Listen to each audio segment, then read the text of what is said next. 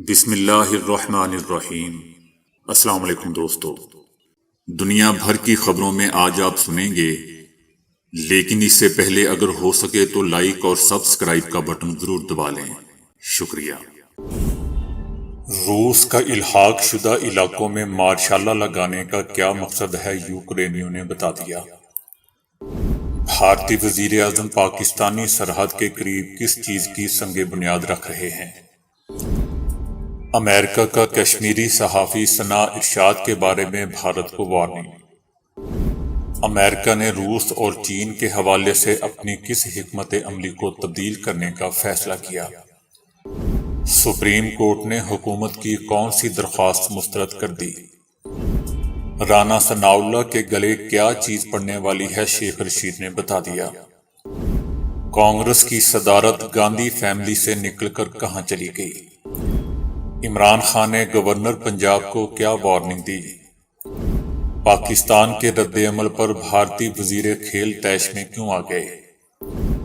Supreme leader خامنئی کس چیز کے موطرف ہو گئے؟ 14 سالہ حافظ قرآن لڑکا جس کے انتقال کے بعد ماں نے لوگوں سے کون سی فریاد کی؟ یوکرین نے الحاق شدہ علاقوں میں صدر پیوٹن کے مارشالہ کے فیصلے پر رد عمل کا اظہار کیا ہے۔ صدر پیوٹن کا فیصلہ یوکرین میں کوئی تبدیلی نہیں کر سکے گا۔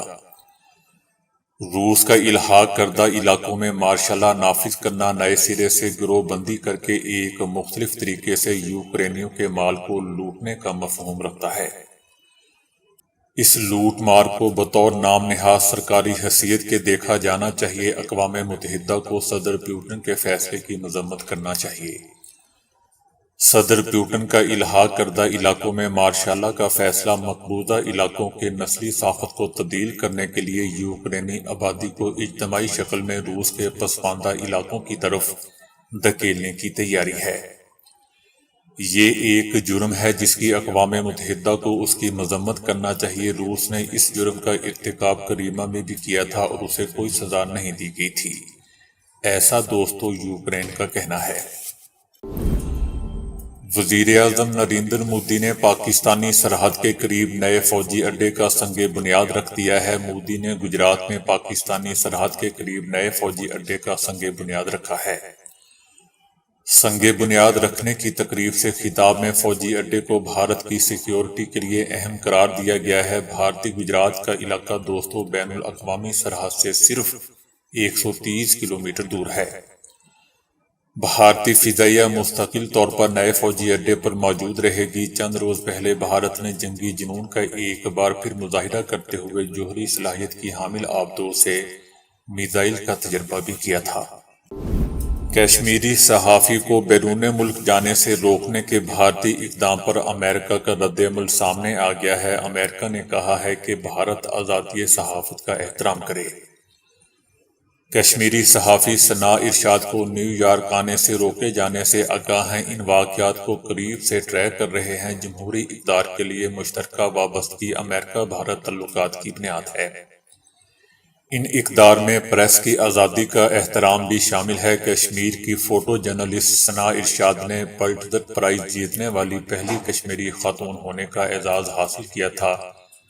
وہ اپنا ایوارڈ وصول کرنے نیو یارک جا رہی تھیں جب انہیں بھارتی انتظامیہ نے دہلی ایئرپورٹ پر روک لیا۔ ثناء ارشاد نے اپنے ٹکٹ اور پاسپورٹ کی تصویر شیئر کرتے ہوئے لکھا کہ امریکہ ویزا ہوتے ہوئے بھی انہیں جانے کی اجازت نہیں دی گئی۔ اس سے پہلے بھی دوستو بھارت کئی صحافیوں کو اس طرح جبری طور پر روک چکا ہے۔ مارچ میں صحافی رانا ایوب جو واشنگٹن پوسٹ کے لیے لکھتی ہیں، ان کو ممبئی کے ہوائی اڈے پر اس وقت روک دیا گیا جب وہ صحافیوں کے بین الاقوامی مرکز میں تقریر کرنے کے لیے برطانیہ جانے والی پرواز میں سوار ہونے والی تھیں۔ اپریل میں آکر پٹیل کو بنگلور ہوائی اڈے پر امریکہ جانے والی پرواز میں سوار ہونے سے 2 بار روکا گیا۔ امریکہ نے روس اور چائنا کے حوالے سے اپنی تبدیل ہوتی ضرورتوں کے تحت مشرق وسطیٰ میں فوجی اڈے قائم کرنے والے اپنے فوجی شعبے کو بند کر دیا ہے۔ اس موقع پر محسوس کیا گیا ہے کہ امریکی خارجہ پالیسی بالعموم امریکہ کی فوجی حکمت عملی اور ضرورتوں کے تابع رہی ہے۔ جس کی وجہ سے غیر حقیقی یقین کے تحت بنائی گئی ان پالیسیوں میں کئی غلطیوں کی نشاندہی ہوئی ہے۔ اس پر سمندر میں امریکی فضائیہ کا جو یونٹ سعودی عرب، عراق، افغانستان اور خطے کے دیگر ملکوں کے اڈے قائم کرنے کا ذمہ دار تھا، پینٹاگون نے اسے بند کر دیا ہے۔ نئی پالیسی میں بتایا گیا ہے کہ امریکہ مشرق وسطی کے لیے نئی پالیسی کی تیاری کر رہا ہے، جس کے تحت فوجی مداخلت یا موجودگی کے انداز کو تبدیل کیا جا رہا ہے۔ اسی سبب فضائیہ کے اس یونٹ کو بند کیا گیا ہے اور قطر میں گزشتہ ہفتے کے اختتام پر اپنی اختتامی تقریب کر چکا ہے۔ بتایا گیا ہے کہ واشنگٹن نے آہستہ آہستہ اپنے فوجیوں کی ان علاقوں میں تعداد کم کی اور یہ تدریج کی حکمت عملی افغانستان سے 2021 میں یکایک امریکی فوجی انخلا کے بعد اختیار کی گئی ہے۔ 99 مشن سپورٹ کے کمانڈر کرنل انتھونی نے اس بارے میں بتایا کہ ہم اپنی ترجیحات تبدیل کر رہے ہیں، لیکن امریکہ مشرق وسطی کے معاملات میں مداخلت کرتا رہے گا۔ سپریم کورٹ آف پاکستان نے لانگ مارچ کے خلاف پہلے سے کوئی بھی حکم جاری کرنے سے انکار کر دیا ہے اور کہا ہے کہ حکومت قانون کے مطابق صورتحال سے نمٹ سکتی ہے۔ حکومت نے سپریم کورٹ میں عمران خان کے خلاف لانگ مارچ کے لیے اسلام آباد میں درخواست دی تھی۔ اٹارنی جنرل نے کہا کہ عمران خان اسلام آباد پر چڑھائی کو جہاد قرار دے رہا ہے۔ عمران خان تعلیمی اداروں اور یونیورسٹیوں میں جا رہے ہیں۔ عمران خان اپنی تقریروں کے ذریعے لوگوں کو اکسا رہے ہیں۔ ریاست کی ذمہ داری ہے کہ لوگوں کے بنیادی حقوق کی حفاظت کرے۔ چیف جسٹس آف پاکستان نے کہا کہ آپ کہہ رہے ہیں کہ دوبارہ لانگ مارچ اور دھرنے کا پلان ہے، آپ قانون کے مطابق صورتحال سے نمٹ سکتے ہیں، شہر کے علاقوں کے تحفظ کے اقدامات اٹھا سکتے ہیں۔ ابھی تک فی الحال تقریریں ہی ہیں، آپ شہری علاقوں میں جہاں تھریٹس ہیں وہاں اقدامات کریں۔ چیف جسٹس نے کہا کہ 25 مئی کو 31 شہری تصادم سے زخمی ہوئے۔ عمران خان نے اگلی صبح لانگ مارچ ختم کرنے کا اعلان کیا۔ جب لوگ ہوں تو آپ کی درخواست ہونی چاہیے کہ ہجوم کو روکیں، لیکن ابھی تو کوئی ہجوم ہی نہیں ہے۔ جب قانون کی خلاف ورزی ہوگی تبھی مداخلت کریں گے۔ انتظامیہ اپنے آپ کو صورتحال کے لیے مکمل تیار رکھے۔ جب کسی بھی طرف سے قانون کی خلاف ورزی ہوگی تو مداخلت کریں گے۔ آپ ایڈوانس میں ایسی صورتحال کے احکامات چاہتے ہیں جو ابھی سامنے ہی نہیں ہیں۔ اٹارنی جنرل نے کہا کہ اسلام آباد کی طرف عوام کا سیلاب آ سکتا ہے۔ اس پر چیف جسٹس نے کہا کہ کہاں ہے عوام کا سیلاب؟ ٹھوس مواد لے کر آئیں۔ ہماری مداخلت درکار ہوئی تو چھٹی کے دن بھی آئیں گے۔ ہمارا کام توازن رکھنا ہے، جبکہ احتجاج کا حق بھی مشروط ہے۔ شیخ رشید احمد نے کہا ہے کہ پاکستان کی ساری سیاست اہم تعیناتی کے گرد گھوم رہی ہے۔ فیصلے اور رابطے لندن سے ہو رہے ہیں، جہاں مایوسی چھائی ہوئی ہے۔ رانا ثناءاللہ کی بڑکیں گلے پڑنے والی ہیں۔ 10-15 دن میں پتہ چل جائے گا کہ کال آتی ہے یا کال آتا ہے۔ نواز لیگ کی پارٹنرشپ ٹوٹنے والی ہے۔ شہباز شریف شو پیس ہیں، ڈار روس اور چین کا نام لینے سے پہلے شہباز سے پوچھ لیں۔ دوسری طرف سینئر تجزیہ کار مظہر عباس کا کہنا ہے کہ عمران خان کا جو بنیادی مقصد تھا وہ اپنے ورکرز کو متحرک رکھ رہے ہیں، اس میں وہ کافی حد تک کامیاب بھی ہیں۔ عمران خان کے مقابلے میں پی ڈی ایم کہیں نظر نہیں آئی۔ نون لیگ پنجاب میں اپنی اسپیس کو ختم کر رہی ہے، جس کا آگے چل کر انہیں مزید نقصان ہوگا۔ امکان ہے کہ جماعت اسلامی اور پی ٹی آئی کے درمیان اتحاد ہو جائے گا۔ عمران خان نے اسٹیبلشمنٹ کو پیغام دیا ہے کہ وہ پاکستان میں کتنے مقبول ہو چکے ہیں۔ انڈیا کی اپوزیشن جماعت کانگریس میں تقریباً 25 سال بعد نہرو گاندھی فیملی سے واحد پارٹی صدارت کے لیے الیکشن ہوئے ہیں، جن میں ملک ارجن کو منتخب کر لیا گیا ہے۔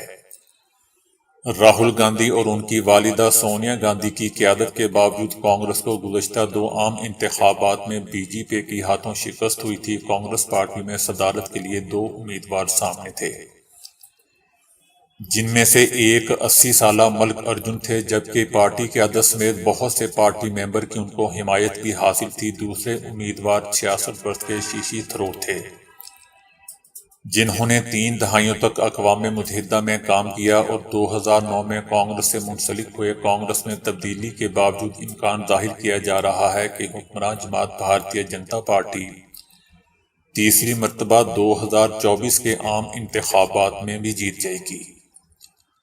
راہل گاندھی نے 2019 میں یہ عہدہ چھوڑ دیا تھا اور اس کے بعد ان کی والدہ سونیا گاندھی نگراں صدر کے طور پر فرائض انجام دے رہی تھیں۔ تاہم پارٹی کے سینئر رہنما سونیا گاندھی کی قیادت سے مطمئن نہیں تھے۔ راہل گاندھی نے الیکشن نتائج کے بعد کہا ہے کہ کانگریس کا صدر سپریم اتھارٹی ہے اور سب انہی کو رپورٹ کریں گے۔ عمران خان نے کہا ہے کہ گورنر پنجاب کو کس نے اجازت دی کہ سیاسی لیڈر کو طلبہ سے خطاب سے روکیں؟ گورنر پنجاب سے کہتا ہوں کہ طلبہ ملک کا مستقبل ہیں۔ انہوں نے گورنر پنجاب کو مخاطب کرتے ہوئے کہا کہ حکمرانوں کو نہ سنیں، مجھے 50 سال سے لوگ جانتے ہیں۔ عمران خان کا کہنا تھا کہ میں آکسفورڈ یونیورسٹی میں 3 بار خطاب کر چکا ہوں اور اب پھر دعوت ملی ہے۔ اگر لیڈر یونیورسٹی نہ آئے تو طلبہ کی سیاسی تربیت کون کرے گا؟ یہاں تو مولوی فضل الرحمان بھی آ سکتا ہے۔ شہباز شریف یہاں آئیں گے تو وہ شاید پیسے مانگنا شروع کر دیں۔ بلاول بھٹو کہتے کچھ اور ہیں، مطلب کچھ اور ہوتا ہے۔ کچھ سیاستدان عوام کا نام لے کر اقتدار میں آتے ہیں پھر لوٹنا شروع کر دیتے ہیں۔ حکومت پر تنقید کرتے ہوئے عمران خان کا کہنا تھا کہ جب یہ میرا نام سنتے ہیں تو ان کی کانپیں ٹانگ جاتی ہیں۔ یہ الیکشن میں اپنے امپائر کھڑے کر کے بھی ہار جاتے ہیں۔ آصف علی زرداری کو تو بھارت میں مسٹر 10% کہا جاتا ہے۔ ان پر کرپشن کی کتابیں لکھی ہوئی ہیں۔ آدھی کابینہ پر چوری کے کیسز ہیں۔ عمران خان نے کہا کہ ہمارے مستقبل کا فیصلہ ہونے جا رہا ہے، چند روز میں لانگ مارچ کا اعلان کرنے والا ہوں۔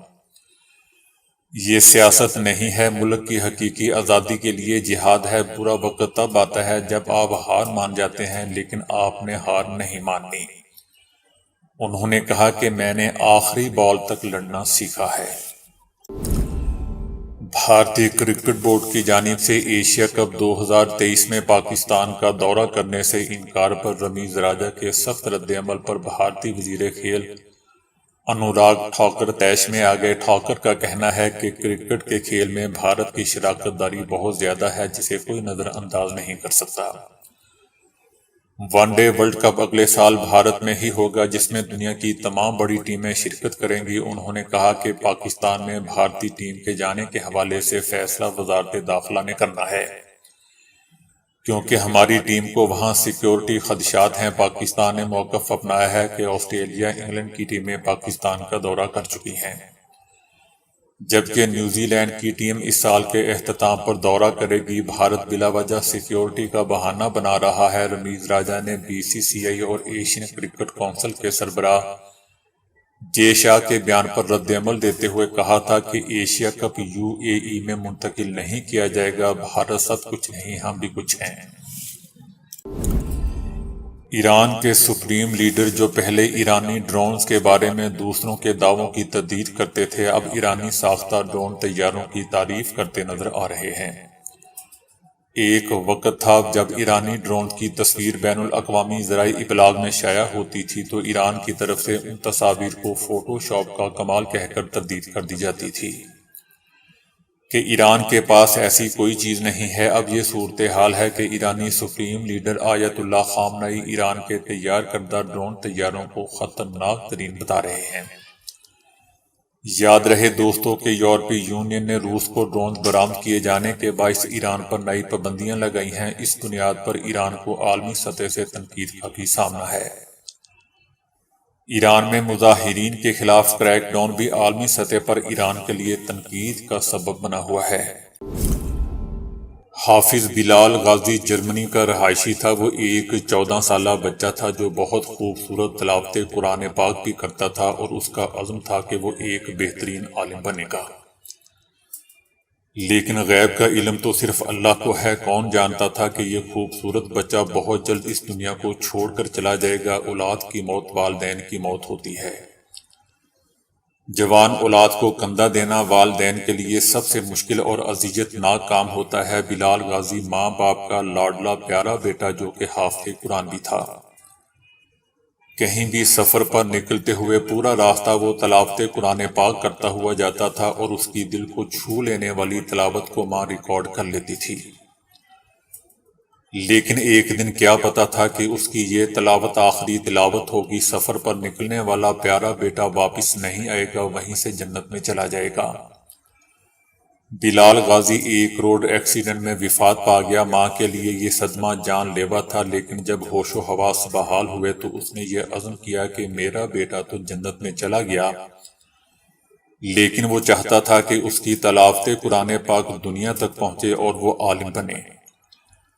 تو اس کی ماں نے یہ فیصلہ کیا کہ اس کی وہ ساری تلاوت جو کہ اس نے ریکارڈ کی تھی اسے دنیا کے سامنے پیش کر دے، تاکہ یہ تلاوت قرآن پاک اس بچے کے لیے بھی صدقہ جاریہ بن جائے اور اس کی آواز رہتی دنیا تک اللہ کا پیغام پہنچاتی رہے۔ ہم دوستو آپ کے لیے بلال غازی کی مسحور کن آواز میں تلاوت قرآن پاک پیش کر رہے ہیں، سنیے اور اس بچے کے لیے دعا بھی کیجیے۔ الرحمن علم القرآن خلق الإنسان علمه البيان الشمس والقمر بحسبان والنجم والشجر يسجدان والسماء۔ سمندر کی گہرائی کتنی ہے یہ جان کر آپ کے رونگٹے کھڑے ہو جائیں گے۔ ہم پوری زمین اور اس کے تمام مال و اسباب ڈال کر بھی سمندر کو نہیں پاٹ سکتے۔ جی ہاں، تقریباً 3 برج خلیفہ کو ایک دوسرے کے اوپر رکھنے جتنا گہرا سمندر ہے۔ یہ زمین کی پر اسرار ترین دنیا ہے، جس کا صرف 5% حصہ ہی ابھی دریافت ہو سکا ہے، باقی 95% کسی نے نہیں دیکھا۔ 35 میٹر گہرائی میں اگر بغیر حفاظتی سامان کے یہاں تک کوئی پہنچے تو اس کے ٹکڑے ٹکڑے ہو جائیں گے۔ 1000 میٹر کے بعد سمندر کا خوفناک روپ شروع ہو جاتا ہے، کیونکہ یہاں سے آگے سورج کی روشنی ساتھ نہیں دیتی اور اگلے 10 کلومیٹر کا تمام علاقہ اندھیرے میں رہتا ہے۔ 1000 میٹر یعنی 1 کلومیٹر گہرائی میں پانی کا دباؤ اتنا زیادہ ہوتا ہے گویا انسان کی فوری موت۔ دنیا کے تمام سمندروں کی اوسط گہرائی ناپی جائے تو یہ 4267 میٹر بنتی ہے، لیکن سب سے زیادہ گہرائی میں جانے کے لیے 6733 میٹر کا سفر کرنا پڑتا ہے۔ یعنی اگر ماؤنٹ ایورسٹ بھی اس سمندر کے اندر ڈال دیا جائے تو بھی اس کا پتہ نہیں چلے گا کہ کہاں گیا۔ مائیکروسافٹ کے بانی بل گیٹس نے کہا ہے کہ ہمیں گھر بیٹھ کر کام کرنے کی ثقافت کو اس وقت تک اپنانا ہوگا جب تک کرونا وبا کا خاتمہ نہیں ہو جاتا۔ بل گیٹس کا کہنا تھا کہ کرونا سامنے آنے کے بعد دنیا کی مختلف کمپنیوں نے ملازمین کو گھر سے کام کرنے کی ہدایات جاری کی اور یہ طریقہ اب بھی جاری ہے، مگر ہمیں گھر سے کام کرنے کو اس وقت تک رواج بنانا ہوگا جب تک وبا کا خاتمہ نہیں ہو جاتا۔ انہوں نے کہا کہ دنیا کے مختلف ممالک میں سخت لاک ڈاؤن کیا گیا، جس کے پیش نظر کمپنیاں بھی اپنے ملازمین سے گھر بیٹھے ہی کام لے رہی تھیں، مگر اب کورونا کا خاتمہ ہونے کے بعد کچھ کمپنیاں کھل گئی ہیں۔ ان کا کہنا تھا کہ مجھے امید ہے کہ گھر بیٹھ کر کام کرنے کے کلچر کے تسلسل کو اس وقت تک جاری رکھا جائے گا جب تک وبا ختم نہیں ہو جاتی۔ بل گیٹس نے کہا کہ دنیا میں 20 سے 30% کمپنیاں نے اپنے 50% ملازمین کو گھر بیٹھ کر کام کرنے کی سہولت دی، جبکہ ان کے نصف ملازمین باقاعدگی سے دفتر آ رہے تھے۔ ان کا کہنا تھا کہ اس سال میں نے کام کی غرض سے کہیں بھی سفر نہیں کیا۔ حقیقت میں مجھے بہت زیادہ وقت ملا جس کے دوران میں نے مختلف چیزوں اور مستقبل کے بارے میں سوچ بچار کی۔ اگر ویل مچھلی کسی انسان کو نگل لے تو اس شخص کے ساتھ کیا ہوگا؟ ایسا کبھی نہیں ہوا کہ کوئی سمندری جانور کسی انسان کو نگل لے اور وہ زندہ سلامت اس کے منہ سے واپس آ جائے۔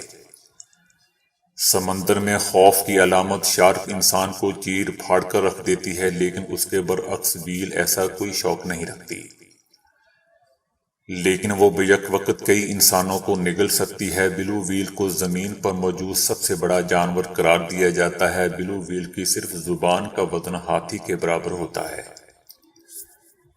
جبکہ اس کے منہ میں بیک وقت 400 سے 500 افراد سما سکتے ہیں۔ سن 1981 میں ایک جیمز بلٹلے نامی شخص کو ویل مچھلی نے نگل لیا۔ اگلے دن کشتی کے دیگر عملے نے ویل مچھلی کو مار ڈالا۔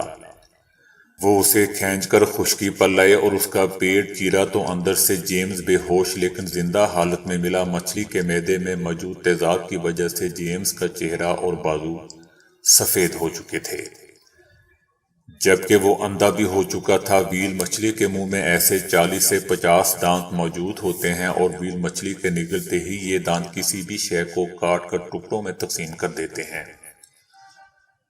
فرض کیا کہ کوئی خوش قسمت شخص ان دانتوں سے بچ کر ویل مچھلی کے حلق میں پھسل گیا۔ اب یہاں اندھیرا ہوگا اور آکسیجن کی کمی اور میتھین کی زیادتی کی وجہ سے اسے سانس لینے میں بے حد مشکل ہوگی۔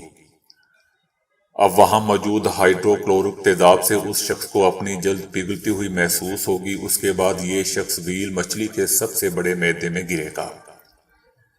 یہاں اس کے استقبال کو وہ ننھے سمندری جانور موجود ہوں گے جن سے روشنی پھوٹتی ہے اور انہیں ویل مچھلی بہت شوق سے کھاتی ہے۔ جب بھی معدے میں کوئی شے پہنچتی ہے تو یہ جانور اسے دیکھنے آتے ہیں کہ آیا وہ اسے کھا سکتے ہیں یا نہیں۔ اس دوران تیزاب سے اس کی پوری جلد پگھل جائے گی اور صرف ہڈیاں باقی رہ جائیں گی۔ اس ساری تحقیق سے ثابت ہوا کہ ویل کے نگلے جانے کے بعد کوئی شخص اس حالت میں نہیں رہ سکتا کہ واپس لوٹ کر اپنے اس سفر کی کہانیاں سنا سکے۔ ایسا دعویٰ کرنے والے جیمز کو بھی سائنس نے جھوٹا قرار دے دیا۔ خوش آئند بات یہ ہے کہ ویل مچھلیاں انسانوں کو نگلنے میں کوئی دلچسپی نہیں رکھتی۔ البتہ آپ کو کبھی زیر آب جانے کا اتفاق ہو اور آپ کا سامنا اس سے ہو جائے تو اس سے فاصلے پر رہیں کہ کہیں پانی کا دباؤ آپ کو اس کے کھلے منہ میں نہ پہنچا دے۔ تو دوستو ابھی کے لیے اتنا ہی۔ ویڈیو کو لائک اور شیئر کرنے کا بہت بہت شکریہ۔